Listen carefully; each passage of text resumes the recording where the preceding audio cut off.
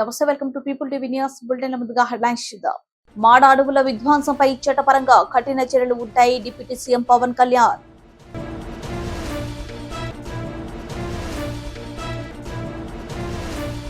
మంచుకొండలో మడమ తిప్పని పోరు కార్గిల్ విజయం, కలెక్టర్ ముజమిల్ ఖాన్.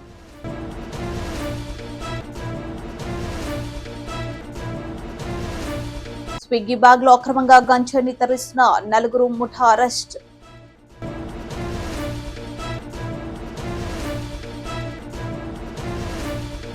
కార్గిల్ యుద్ధంలో భారత సైనికుల సేవలు మరవలేనివి.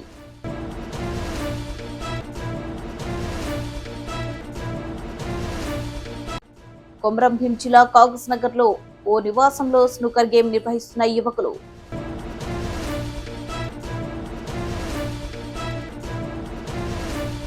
మాడ అడవుల ప్రకృతి విపత్తుల నుంచి మానవాళికి రక్షణ కవచంగా ఉన్నాయన్నారు డిప్యూటీ సీఎం పవన్. మాడ అడవుల విధ్వంసంపై చట్టపరంగా కఠిన చర్యలు ఉంటాయని హెచ్చరించారు. వైసీపీ హయాంలో పర్యావరణ రక్షణ గాలి కొదిలేశారని విమర్శించారు. డిప్యూటీ సీఎం పవన్ కళ్యాణ్ గత ప్రభుత్వం 110 ఎకరాల ప్రభుత్వ భూమిలో ఉన్న మాడ అడవుల తొలగించి గృహ నిర్మాణానికి అనుమతి ఇచ్చిందని ఆరోపించారు. ఈ వ్యవహారాన్ని సీఎం చంద్రబాబు దృష్టికి తీసుకువెళ్లి చర్యలు తీసుకుంటామన్నారు. ప్రభుత్వ భూముల్లో మాడ అడవులు ఉంటే వాటిని అటవీ భూములుగా గుర్తించే విధంగా చర్యలు చేపడతామని హామీ ఇచ్చారు. మీడియా కూడా మాడ అడవుల పరిరక్షణ పట్ల ప్రజలు అవగాహన కల్పించాలన్నారు deputy CM Pawan. Thank you for inviting me. The moment, whatever the presentation we had gone through, only 2 sentences came into my mind. The first thing was looking at the mangrove plant. I'm saying that it looks so beautiful. Whatever you have shown, the kind of visuals I felt, what a success story. All of you must felt like how parents could see the kids are growing. And I felt I could see that lot of joy in your eyes when you are showing that particular, how it has been restored.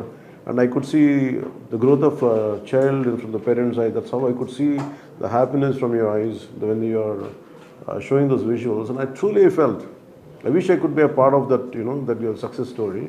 But nevertheless, thank you for still being a part of it. So I'd like to speak from my heart today. So I'm a great lover for environment. And that's the reason why I have taken the Forest and Environment Department on purpose. Because as long as we hold this position, I want to give my best personally for whatever the requirements are there for particular this Environment and Forest Department. And I'm deeply committed for that. First of all, I'd like to congratulate and acknowledge Honorable Prime Minister Modi's contribution to bring this MISTI program and mangrove initiative in shoreline habitat in tangible income. And almost 1,400 hectares had been the planning to save through this program, and which is this Mangrove Alliance for Climate Change is truly commendable. And I felt bad regarding, first of all, regarding mangrove in last government, what they had destroyed around 110 acres, which was under revenue department. I think they had given it for housing, but very few people know the importance of mangrove. Anantram Garu said, it is the first line of defense. If any natural calamities come, it's the first line of defense, and it cannot be replaced by anything else. Through this occasion, I think we will make sure that it will reach out to as many people as we can, and definitely I believe it will reach out to a few crores of people from today. And people are willing to walk that extra mile to protect environment, and I could see a lot of commitment in the next generation, and we will definitely will make it a part of it. I had a meeting with the Australian High Commission. So quite interestingly, the topic came about mangroves. The Australian High Commission was sharing certain information about how they use drones to do this kind of work. And I'll also extend the invitation to you, to Honorable Chief Conservator of Forest, Sri Chiranjeev Garu. They have invited me to come to Australia. Then I said I would like to make a part of my tour to visit their mangrove restoration areas. And if you could suggest 1 or 2 names, then definitely we can go and see, we can adopt those techniques and see what kind of betterment we can do it here. తీర ప్రాంత ecosystem ఆరోగ్యాన్ని కాపాడుకోవడానికి ఈ mangroves తాలూకు ఇంపార్టెన్స్ని తెలియజేయాల్సిన అవసరం చాలా ఉందండి. So తీర ప్రాంత ఎకోసిస్టమ్ ఆరోగ్యాన్ని కాపాడుకోవడానికి, జీవ వైవిధ్యాన్ని కాపాడటం, ప్రకృతి వైపరీత్యాల నుండి మానవ సమాజాన్ని రక్షించడానికి మరియు వాతావరణ మార్పులు ఉపశమనానికి తోడ్పడేందుకు మడడువులు ఎంతో అవసరం. ఈ అవగాహన నిజంగా సగటు మనుషులకు చాలా చాలా తక్కువ ఉంటుంది. ఏదో చెట్లు ఉన్నాయి అది అనుకుంటాం, కానీ దాన్ని కొట్టేయడాలు ఈజీ, కానీ దీన్ని చాలా చాలా జాగ్రత్తగా ఈ అవగాహన చాలా అవసరం అది. సో ఈ లింకింగ్ ఎకోసిస్టమ్స్, ఈ మడడువులు టెరెస్ట్రియల్ మరియు ఓషన్ ఎకోసిస్టమ్స్ని కలిసే చోటకి వస్తాయి. కాబట్టి పరిసరాల మధ్య జాతులు కదలిక కానీ మరియు పరస్పర చర్యను ఇవి సులభతరం చేస్తాయి. ఇందాక చిరంజీవి చౌదరి గారు చెప్పినట్టుగా ద గ్రేటెస్ట్ డేంజర్ దీనికి ఏంటంటే, ఒకటి వ్యవసాయం, రెండు ఆక్వాకల్చర్ మరియు అర్బన్ డెవలప్మెంట్. మనం ఇంకో చోట డెవలప్మెంట్ చేసుకోవచ్చు, ఇంకో చోట ఆక్వాకల్చర్ చేసుకోవచ్చు, కానీ ఇది మన అనంతరామ్ గారు చెప్పినట్టు గాడ్ గివెన్, ఇది ప్రకృతి తాలూకు వరం. ఇది తిరిగి ఒకసారి విధ్వంసం చేస్తే ఇది తిరిగి తెచ్చుకోవడానికి ఎన్ని దశాబ్దాలు, ఒక శతాబ్దం పడుతుందో తెలియదు. And this is first line of defence. ఏదైనా మనకి సునామీలు వచ్చినా, తుఫాన్లు వచ్చినా ఇది ఆపేది ఇది. అలాగే ఇంకొకటి మేజర్ థ్రెట్ ఏంటంటే పొల్యూషన్, పారిశ్రామిక వ్యర్థాలు, ప్లాస్టిక్ వ్యర్థాలు మరి ఇతర కాలుష్య కారకాలు మడ పర్యావరణ వ్యవస్థలకి ఇవి హాని కలిగిస్తున్నాయి. అలాగే క్లైమేట్ చేంజ్, సముద్ర మట్టాలు పెరిగిపోవడం, విపరీతమైన వాతావరణ సంఘటనలు, తరచుదనం మరియు ఉష్ణోగ్రత మార్పులు మడడువుల ఆరోగ్యానికి ముప్పు కలిగిస్తున్నాయి. అలాగే ఇందాక మన అజయ్ కుమార్ నాయక్ గారు చెప్పినట్టుగా ఈ ఓవర్ ఎక్స్ప్లాయిటేషన్ అంటే కలప కోసం, చేపల కోసం వీటిని సేకరించడం, దానివల్ల పోవడం. ఇది చట్టపరమైన రక్షణ, AP forest act and wild life protection act, ఈ ప్లాంటేషన్ ప్రాజెక్ట్స్ కింద, అంటే మిస్టీ ప్రోగ్రామ్ కింద, మిస్టీ ఇనిషియేటివ్స్ కింద ఇది నిజంగా చాలా అప్రిషియేట్ చేయదగ్గ విషయం. ఇది ఈ అవగాహన అందరికీ కల్పించాల్సిన అవసరం ఉంది. అలాగే కాలుష్య నియంత్రణ సంబంధించి ప్లాస్టిక్ అనేది it is banned in sanctuaries area. I'd like to convey my wholehearted thanks to MS Swaminathan Research Foundation for restoring mangrove forest in especially in Machilipatnam, sir. I would like to convey my wholehearted thanks for that. Mangrove forest కోసం ఎక్స్క్లూజివ్గా ఒక mangrove cell create చేస్తే బాగుంటుంది అనిపించింది. అలాగే ఇది mangroves కాపాడటానికి, అభివృద్ధి చేయడానికి ఉపయోగపడుతుందని. అలాగే గవర్నమెంట్ ఫండ్స్ లేదా సిఎస్ఆర్ ఫండ్స్ ద్వారా చాలా యాక్టివిటీస్ చేయొచ్చు. మన సైడ్ నుంచి కూడా if you want me to reach out to any organisation, business గ్రూప్స్కి వెళ్ళి సిఎస్ఆర్ ఫండ్స్ కావాలి అని అంటే, personally also I'll take an initiative and interest to get CSR funds to for mangrove restoration. అలా ఇందాక చిరంజీవి చౌదరి గారు చెప్పినట్టుగా మడడువుల రక్షణ సైనికులు త్యాగాలను ఎప్పటికీ స్మరించుకోవాలని, వారి సేవలను మనసులో ఉంచుకోవాలని జిల్లా కలెక్టర్ మొజమిల్ ఖాన్ తెలిపారు. శుక్రవారం స్థానిక ఫ్రీడమ్ పార్క్ లో చేపట్టిన కార్గిల్ విజయ్ దివాస్ లో కలెక్టర్ పాల్గొని అమరవీరులకు ఘనంగా నివాళులర్పించారు. ఈ సందర్భంగా కలెక్టర్ మాట్లాడుతూ, మనం ప్రశాంతంగా ఉండి అభివృద్ధి పథంలో వెళ్తున్నామంటే సరిహద్దులో మన హద్దుల్ని కాపాడే సైనికుల వల్లేనని ఆయన తెలిపారు. కుటుంబాలకు దూరంగా మన కోసం హద్దుల్లో చలికి, ఎండకి లెక్క చేయక కాపలా కాస్తున్న సైనికుల త్యాగాలు వెలకట్టలేవన్నారు. భారతదేశ సరిహద్దులో 25 సంవత్సరాల క్రితం మన సైన్యం అధికారుల జవాన్లు ప్రాణాలకు తెగించి పోరాడి ప్రాణాలు సైతం పోగొట్టుకుని దేశానికి కార్గిల్ యుద్ధ విజయాన్ని అందించాలని కార్గిల్ విజయ్ దివాస్ ఈ జూలై 26తో రజోత్సవం జరుపుకుంటుందని ఆయన అన్నారు. మాజీ సైనికుల కుటుంబాలకు ప్రభుత్వం అండగా ఉంటుందని కలెక్టర్ అన్నారు. ఈ కార్యక్రమంలో నగర మేయర్ పునుకలు నీరజ, జిల్లా సైనిక సంక్షేమ అధికారి Chandrashekar, NCC lieutenant colonel Naveen Yadav, స్థానిక కార్పొరేటర్ పగడాల శ్రీవిద్య, జిల్లా మాజీ సైనికుల అసోసియేషన్ అధ్యక్షులు Subedar, major Mehboob Subhani, general secretary P Krishnamurthy, vice president A Suresh Babu, wing commander Surendra, అధికారులు తదితరులు పాల్గొన్నారు.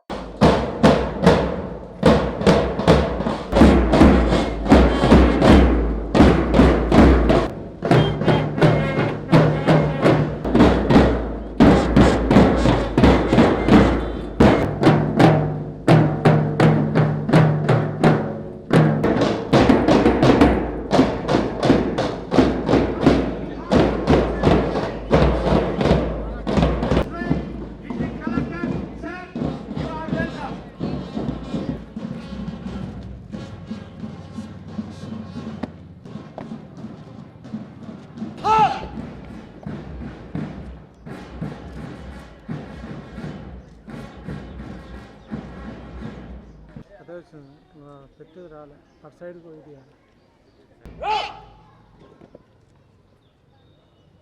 District Collector sir to be seated. Thank you, ma'am. Thank you, ma'am. I request our Salute! Flag! Salute!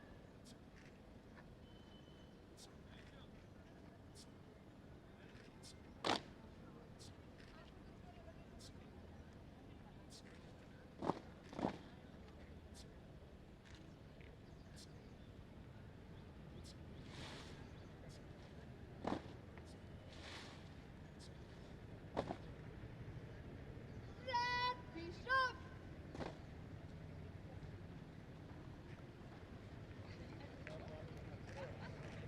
thank you once again, sir.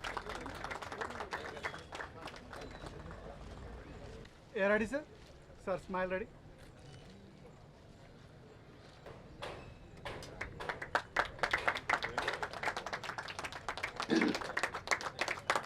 Now I request one of my first students, Vijay Kumar, to come on the dais. There, and he saluted there. So, though you are my child, I salute you because you were at the border. Who was my first lieutenant during we engaged a drone, and we were the first people to use a drone. The warriors, I want all the warriors, those who were dies, so that we can felicitate you. 800 గజాల స్థలం ఉంది sir మాకు. దానికి నేనే ధర్నా చేశాను. చేస్తే అదే తుమ్మల నాగేశ్వర గారు R&B యాడ్స్ మాకు ఇస్తే మేము ఒక కమ్యూనిటీ బేస్గా మేమే కట్టుకుంటాం. ఎందుకంటే గౌతమ్ గారు ఏంటంటే సార్కి వెళ్తే సన్మానం చేసుకుంటాం. ఎందుకంటే మమ్మల్ని పట్టించుకున్న ఒక ఆఫీసర్ అతను. This is you, sir. ఇటువంటి సందర్భాలు వచ్చినప్పుడు ప్రతిసారి మనసులో కొన్ని ఆలోచనలు వస్తాయి. మొట్టమొదటిది ఇప్పుడు మనం మర్చిపోతున్నాం, దేశం చాలా ఎదిగింది, దాదాపు 75 సంవత్సరాల పైన అయింది. మనం అంత ఘనంగా ఈ పార్క్ లాంటివి కూడా కట్టుకొని ఒక 2-3 సంవత్సరాల ముందు 75 సంవత్సరాలు మన దేశ ఇండిపెండెన్స్ని మనం సెలబ్రేట్ చేసుకున్నాం.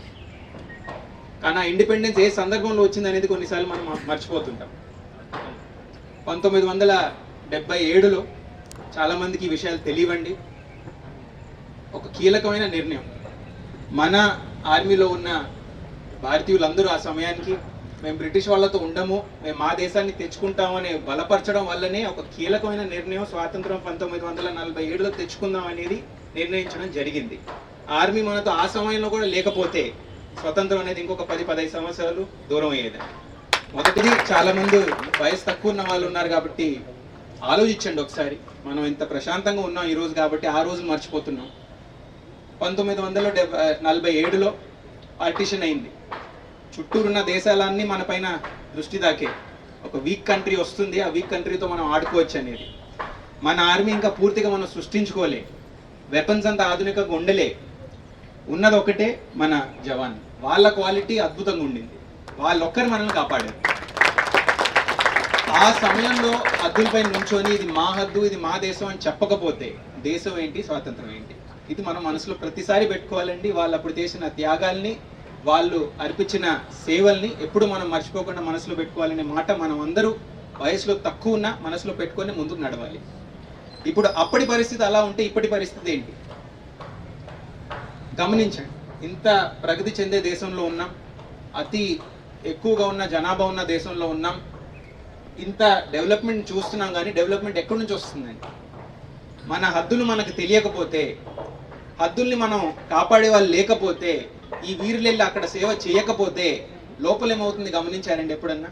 హద్దులుంటేనే లోపల ప్రగతి. హద్దులపైన వీరులు నుంచున్నారు, ఎండలో నుంచున్నారు, చలిలో నుంచున్నారు, మంచులో నుంచున్నారు కాబట్టే లోపల మనం ఇంత ప్రశాంతంగా మన ఇంట్లో మనం పడుకోగలుగుతున్నాం. ఇది కూడా మనం దృష్టిలో ప్రతిసారి పెట్టుకోవాలండి. ఇటువంటి సందర్భాలు వచ్చినప్పుడు మనసులో ఇంకా సంకల్పం చేసుకొని గుర్తుపెట్టుకోవాలి, మన కోసం వాళ్ళు అక్కడ ఉన్నారనేది ఎప్పుడు మర్చిపోకూడదండి. ఇప్పుడు ఇదంతా అయిన తర్వాత మనం చేయాల్సింది ఏంటి? మొన్న కూడా ఒక సందర్భంలో మన దేశ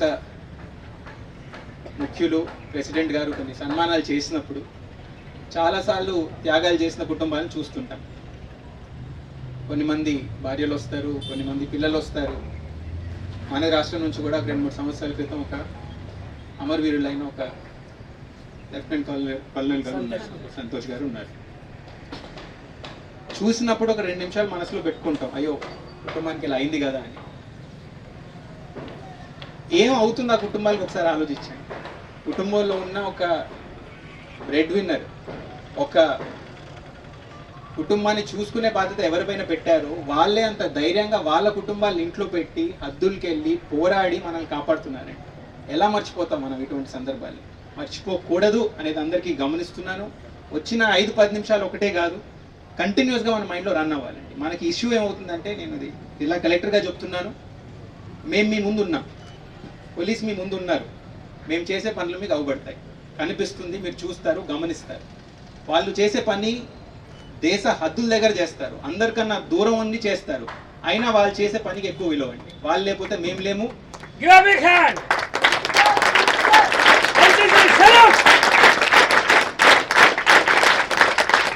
ఇంకా sir, as part of our training మేమంతా we went past Udi sir to the LOC for 1 week. Nanak camp was about 100 kilometers from Udi sir.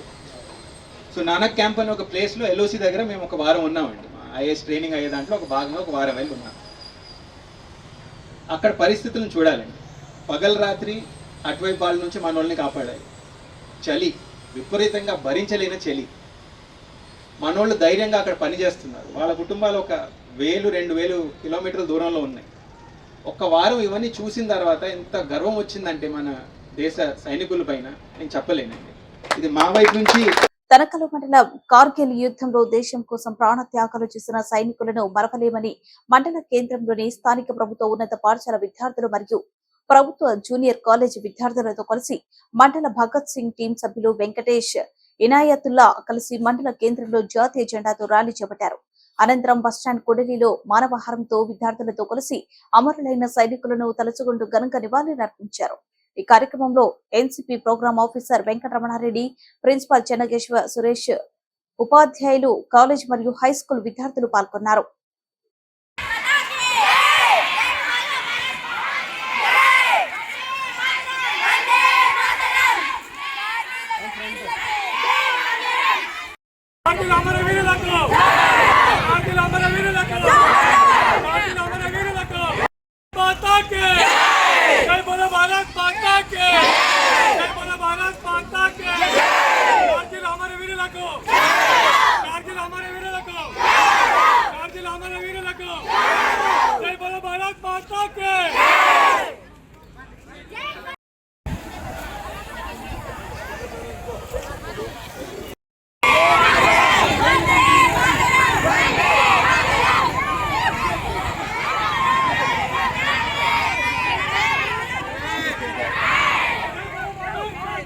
Kagaz Nagar పట్టణంలోని ఓ నివాసంలో స్నూకర్ గేమ్స్ నిర్వహిస్తున్నారు. 2 చోట్ల కలిపి మొత్తం 4 స్నూకర్ టేబుల్స్ ఉన్నాయి.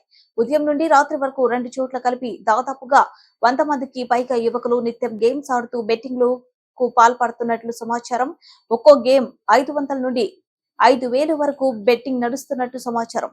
స్నూకర్ గేమ్ ఆడేందుకు యువకులు ఉదయం నుండి అర్ధరాత్రి వరకు అక్కడే ఉంటూ రోజుకు వందలు వేల డబ్బులు పోగొట్టుకుంటున్నారు. నిర్వాహకులు మాత్రం గంటకు 50-100 వసూలు చేస్తున్నామని అంటున్నారు. కానీ ఆట ముసుగులో యువకులు భారీగా బెట్టింగ్లకు పాల్పడుతున్నట్టు సమాచారం. రోజంతా అక్కడే ఉంటూ తమ విలువైన సమయాన్ని, జీవితాన్ని, డబ్బులను వృధా చేసుకుంటున్నారని పిల్లల తల్లిదండ్రులు ఆరోపిస్తున్నారు. కాగా తన సోదరుడు ఇంటికి రాలేదని ఆగ్రహించిన ఓ సోదరి స్నూకర్ గేమ్ వద్దకు వెళ్లి చూడగా తన తమ్ముడు ఆడుతూ కనిపించడంతో తీవ్ర ఆగ్రహానికి గురైంది. 9 గంటల వరకే ఆడాల్సి ఉండగా ప్రతిరోజు అర్ధరాత్రి వరకు గేమ్ నిర్వహిస్తున్నారని ఆమె ఆరోపిస్తున్నారు. స్నూకర్ గేమ్ వలన కాలనీలోని యువకులు చెడిపోతున్నారని, ఈ గేమ్ ను ఇక్కడి నుండి తొలగించాలని పిల్లల తల్లిదండ్రులు కోరుతున్నారు.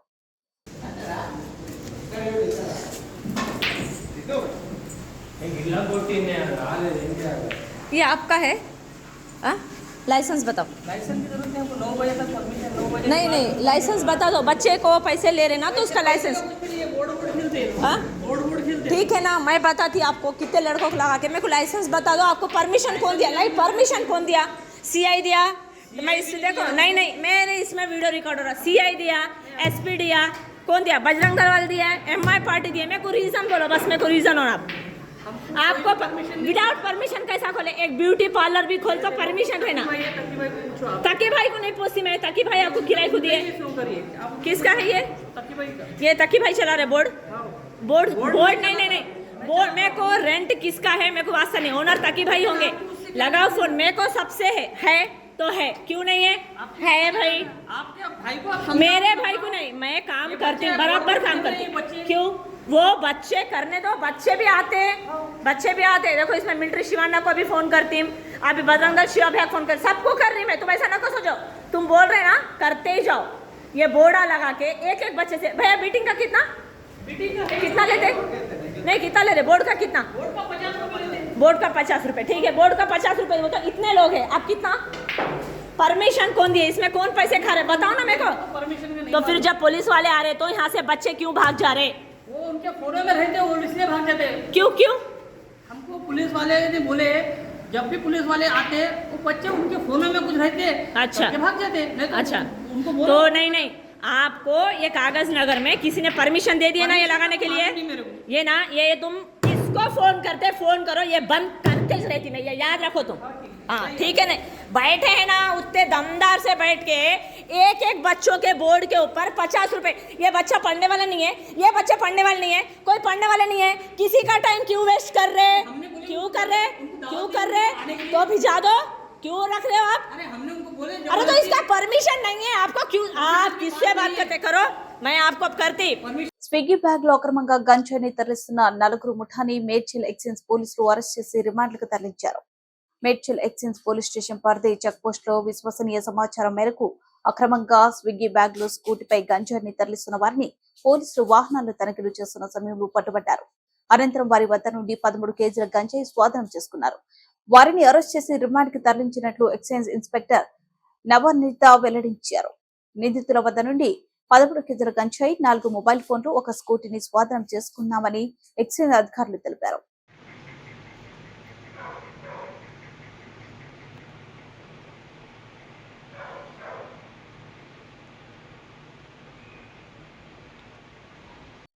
బులెటిన్ ముగించే ముందు హెడ్లైన్స్ మరోసారి.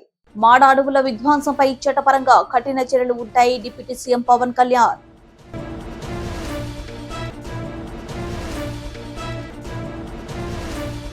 మంచుకొండలో మడమ తిప్పని పోరు కార్గిల్ విజయం, కలెక్టర్ ముజమిల్ ఖాన్.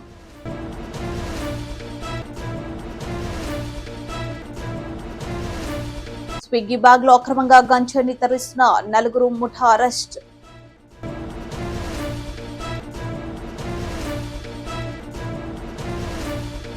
కార్గిల్ యుద్ధంలో భారత సైనికుల సేవలు మరవలేనివి.